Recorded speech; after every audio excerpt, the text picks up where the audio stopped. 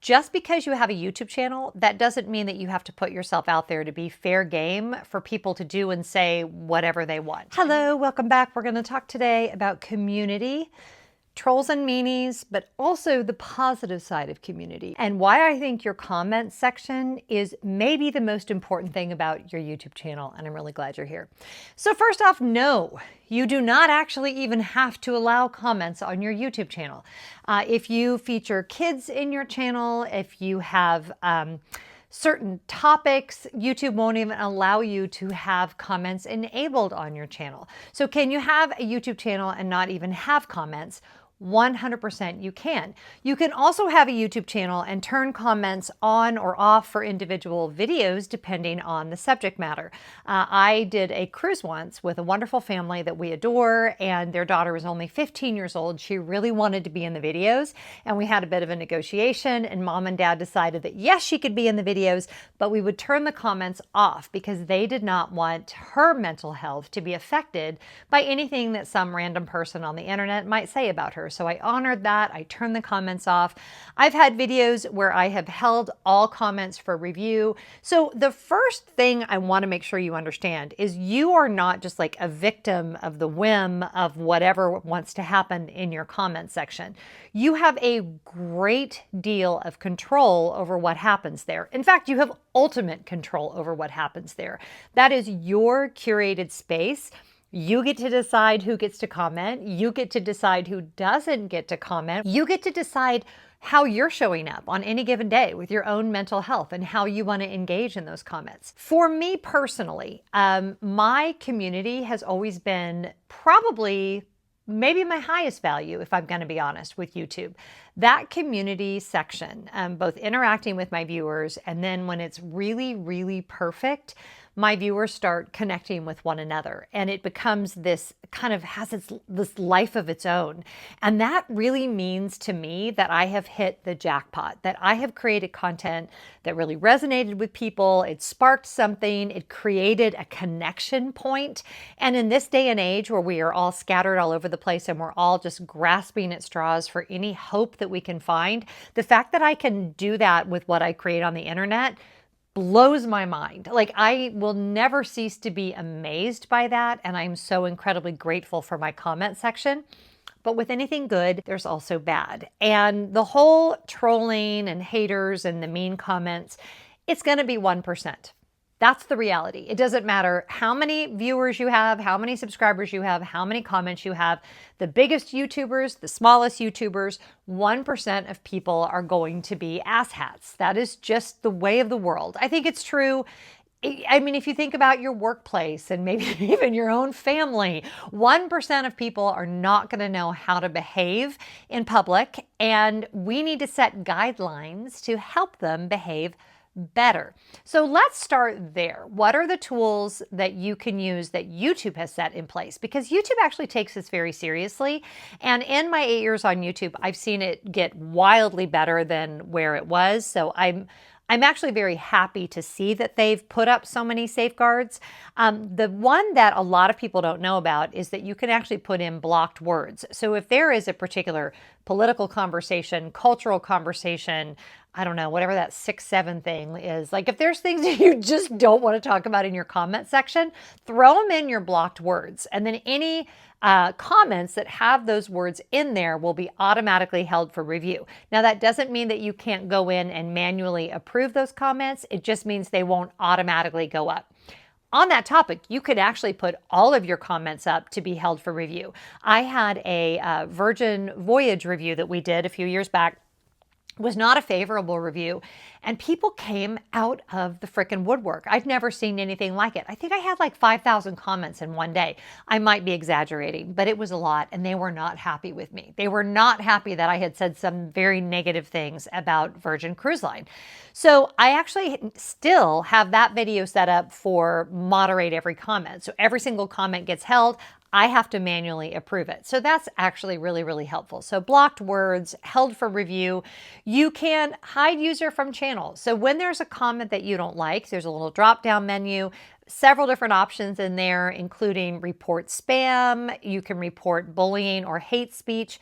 Be very careful with that, because if you report that and YouTube investigates and it's not true, there's actually consequences for that. So you don't want to use that for just, no reason at all. And then there's my favorite button. The button that if I could give YouTube a gift for one feature, it would be this feature: hide user from channel. Let me tell you why. Let me count all the ways why hide user from channel is so beautiful. Number one, you will never have to see a comment from that person ever again. Number two, they will not know that you've hidden them from channel. The only way that they would know is if they went into incognito mode and then went in and scrolled through the video to look for their comment and saw that it wasn't there. Otherwise, they'll never know. I always joke with Scott that there's probably a guy from like 2018 that was just always on here, keyboard commandoing, telling me how horrible I was, that probably thinks I'm still seeing his comments, and I'm 100% not. So hide user from channel is awesome. Interestingly on that, I did amnesty recently. I was like, you know what, maybe I'm being too hard on these people. Maybe they've changed. They've probably gone away anyway. And I let everybody out of YouTube jail. So everybody that I had hid user from channel was released from jail. Shockingly, maybe not shockingly, within a couple of months, almost all of them were back in there. So evidently they had continued to comment the horrible things they had been commenting, because it didn't take too long for them to show up and do it again. And they had no idea that they were in jail and then out of jail, and now they are back in jail again. So, people are going to do what they're going to do. There are sometimes comments. Trolls, I've pretty much by and large, I just don't really even think about anymore. And YouTube moderation, if you have it set to strict moderation, with AI being what it is, it's kind of amazing what you don't see. So there's just a lot of comments that are probably really horrible that I don't see. I used to see way more than I do now. So I suppose we should be grateful to AI for that one thing, because I do think that's probably why. But I feel like it's gotten a lot smarter, and it's a lot more able to hide like the really mean comments. The ones that I do tend to struggle with and will kind of get under my skin are kind of the mean girl comments, where they're so subtle that you almost don't know they were mean, and then you just let them churn around in your head. And there's no shame for me to admit this, that it does get to me sometimes. And I'm trying to be better about that. It's something I'm growing in, but it's still going to hurt. And honestly, I don't think I ever want to become a person that can't get my feelings hurt. I think that's part of what makes us lovely and warm humans. I do, however, screenshot those comments and send them to my best friend, and then we laugh about them, because I find that takes the shame out of it, and it takes away its power, and then we can laugh about it, and it's no big deal, and it's really fun. Now, if community is really, really important to you, you will find that in the early stages of your channel, you're kind of going to have regulars. You're going to have people that interact, at least I hope you do. This was the case for me. You're going to have people that interact in a really happy, positive way. You get to know them a little bit. You feel like you're kind of like online friends, and that is just pure magic for me. When my channel got to be where I felt like I really couldn't achieve that as much anymore in the comment section. Hello, Mr. Lenny. That was when I started my Patreon. And a lot of y'all have been asking for me to do a whole separate video about Patreon. I will do at some point, but Patreon has allowed me to develop safe community. Now, people pay $7 a month. So does that mean that, someone who really was out to get me couldn't pay $7 a month? I mean, sure they could, but having that community behind a paywall does make it feel safer for me. Now, I'm not going to pretend like the financial benefits of Patreon weren't my main reason for getting on the platform.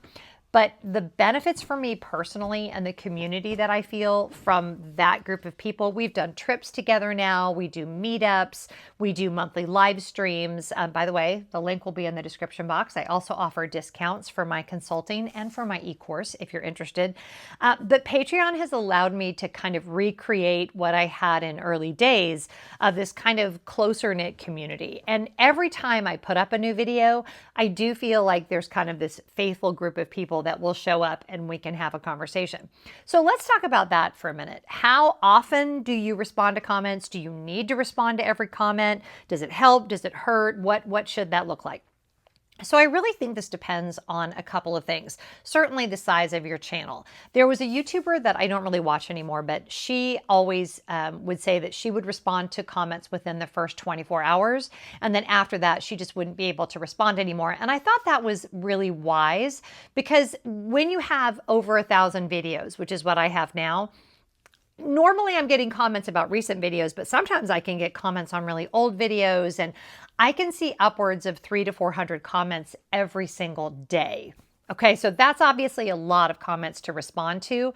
And I don't even always read every single one myself. I know that's scandalous, but like if I'm traveling, Annalise will read them for me. If I'm feeling particularly vulnerable, I will have Scott moderate the comments for me. I actually have a good friend who has a huge channel, and her husband moderates all of her comments. He goes in once a day, clears out all the meanies and the trolls, and then just leaves for her what is kind of safe to respond to. And when I talk about meanies and trolls, I'm not talking about people not agreeing with me. It's okay to not agree with me. It really, really is. I am going to say things that people aren't going to agree with. I'm going to pronounce things wrong. I'm going to get names wrong. I'm right now editing a trip that my husband and I did in Europe. For sure, there's mispronunciations and all of that. It's just the way that it is. So you can always, correct somebody or whatever. But even on that, I would say, some days it can get to be a lot, especially when I get corrected about the same thing over and over and over again.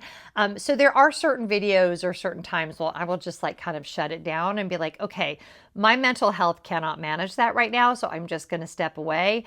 By and large, I read every single comment, and by and large, I like to respond to as many of them as I can. Of course, I have to prioritize all the other things that go on with the business, but I love my comment section. I absolutely love it. It's a lot of fun, and I derive a lot of joy from it, and I think that's a good thing. So yeah, I think community matters, and I think it's what separates YouTube from a lot of other mediums where you can create content, because you really can have that back and forth. But it's also okay to some days protect your own mental health and say, you know what, I just can't manage that today. That's just more than I can take.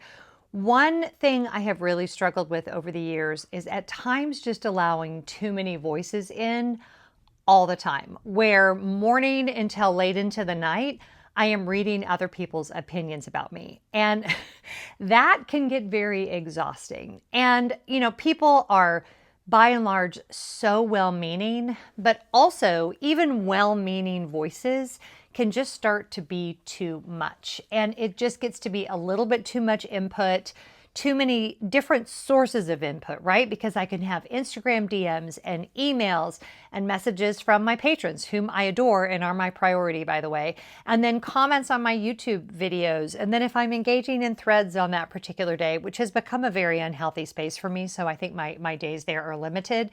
But when you have all of these voices in your head, it can be very challenging to stay focused on your own purpose and what it is that you want to be creating and why you want to be creating it. So while I think community and engagement has such an important role to play in the overall objectives of my business, and honestly in how I enjoy doing my work, because I don't like being here all by myself. I like having coworkers. I like having community in the comment section, but I have to balance all that out and make sure that I'm focusing my time on the things that are the most important. And the community piece has importance, but it can't be the most important thing.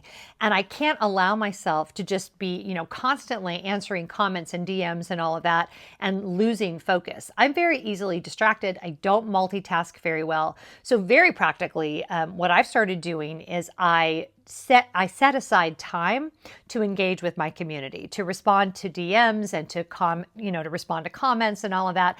I usually like to do it right after my lunch break because it's a nice warm fuzzy thing to do. I don't have to be super clear and focused in order to engage with that. I mean, it's not like I'm drunk. I said that like, so I, throw back a couple bottles of wine and let's get in the comment section. Not what I meant at all. But it is a fun thing for me to do, but it also can become too much. It can become too much birthday, right? Just like way too many voices, way too many conversations going on at once. And I think in the content creation world that we live in now, it's become more important than ever that we focus on just one piece. So that's kind of what Patreon does for me. I always focus there first. And then after that, I deal with comments and not deal with, but engage with comments and DMs and all of those types of things, because the community aspect is important. It is like a foundational part of why I wanted to do YouTube in the first place, but it can get out of hand. Now, on the days when I'm feeling very sensitive and just like I can't take it anymore, I do have to shut all that down. And I'm very grateful that Annalise will take over my comments for me. Scott will take over my comments for me. There's people in my life that will do that. You can turn off the comments altogether and just never feel shame for prioritizing your mental health. Just because you have a YouTube channel, that doesn't mean that you have to put yourself out there to be fair game for people to do and say whatever they want. I mean, there has been wild stories about people showing up at people's workplaces and calling their employers, showing up at their kids' schools. Like, people just don't have boundaries, but you have to have boundaries. That's how you can engage in a safe way and make sure that your community stays safe. So happy creating today. I hope you can find community in a safe way where your boundaries stay intact and you can feel really good about the give and take that you have with your audience. It's my favorite part about YouTube, I think, and I hope that it never goes away, but we got to be smart about it. So happy creating, and I'll see you in the next video.